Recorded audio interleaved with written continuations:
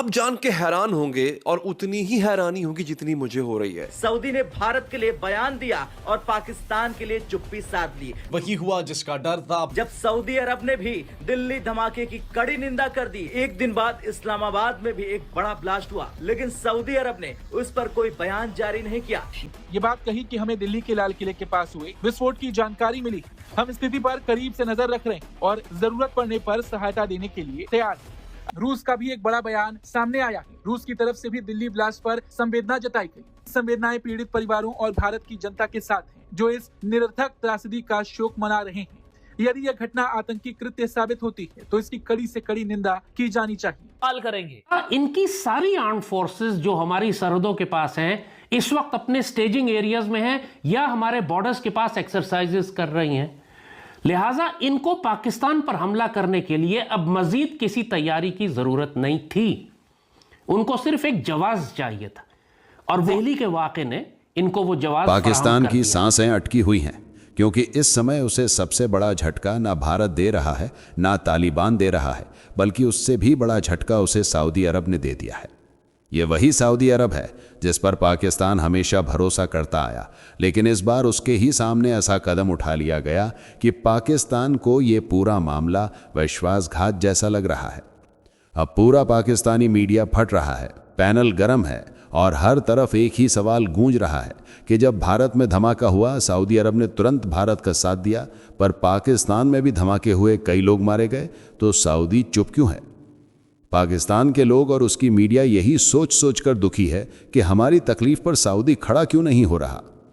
इधर लोगों की प्रतिक्रियाएं भी सामने आ रही हैं। कहा जा रहा है कि पाकिस्तान में तो रोज धमाके होते रहते हैं। अगर सऊदी हर दिन पाकिस्तान के लिए कड़ी निंदा करता रहे, हर बार समर्थन देता रहे, तो ये उसके जैसे बड़े मुस्लिम साम्राज्य के लिए शोभा नहीं देता। इसलिए वो पाकिस्तान के रोजमर्रा के हमलों पर शांत रहता है। उसे पता है कि पाकिस्तान का ये सारा खेल अब रोज का नाटक बन चुका है।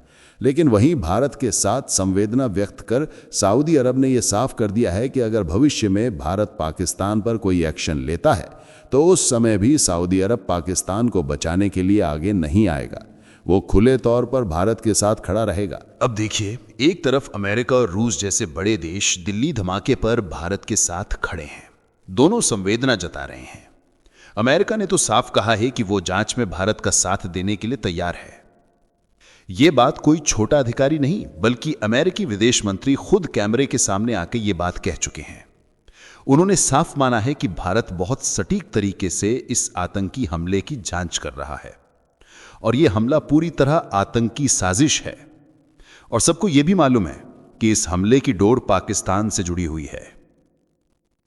इसलिए अगर अमेरिका इस मामले में भारत के साथ खड़ा है तो इसका मतलब पाकिस्तान के खिलाफ खड़ा होना ही पड़ेगा। उधर रूस तो शुरू से ही पाकिस्तान के खिलाफ भारत का साथ देता आया है। इस बार भी उसने भारत के समर्थन में बयान देकर भारत रूस की दोस्ती की मिसाल पेश कर दी। इतना ही नहीं, दुनिया के कई मुस्लिम देशों ने भी भारत का समर्थन किया है, संवेदना व्यक्त की है। इसमें न केवल सऊदी अरब बल्कि ईरान, कतर और मालदीव जैसे बड़े देश भी शामिल हैं, जिन्होंने खुलकर भारत के समर्थन में आवाज उठाई है। सबसे बड़ा झटका तालिबान। जब तालिबान भारत के समर्थन में आया तो पूरा इस्लामाबाद हिल गया। ऊपर से पाकिस्तान के अंदर टीटीपी ने हमला कर दिया और अब पूरे पाकिस्तान में डर का माहौल पसरा हुआ है। उसे एहसास हो गया है कि जैसे ही वो भारत पर हमला करता है, पीछे से तालिबान आकर उसका हिसाब कर देता है। पाकिस्तान अब खुले तौर पर यह स्वीकार कर रहा है कि भारत की सेना, भारत के टैंक, भारत के लड़ाकू विमान और भारतीय नौसेना की तैनाती पहले से ही पाकिस्तान सीमा के पास मौजूद है। बस एक संकेत का इंतजार है और पाकिस्तान को मिट्टी में मिलाने की पूरी क्षमता भारत के पास तैयार खड़ी है। दिल्ली में हुआ धमाका पाकिस्तान के नजरिए से एक ऐसा संकेत बन गया है जिसने ये एहसास करा दिया है कि अब भारत इलाज करने की स्थिति में पहुंच चुका है। इधर प्रधानमंत्री के स्तर पर हुई सुरक्षा बैठक ने पाकिस्तान के अंदर घबराहट और बढ़ा दी है।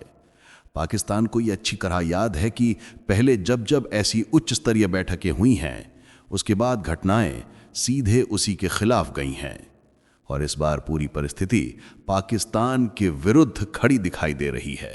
पाकिस्तान को पूरा यकीन है कि इस बार जवाब जरूर मिलेगा, क्योंकि 13 लोगों की मृत्यु की पुष्टि हो चुकी है और 3 लोग बेहद नाजुक हालत में बताए जा रहे हैं।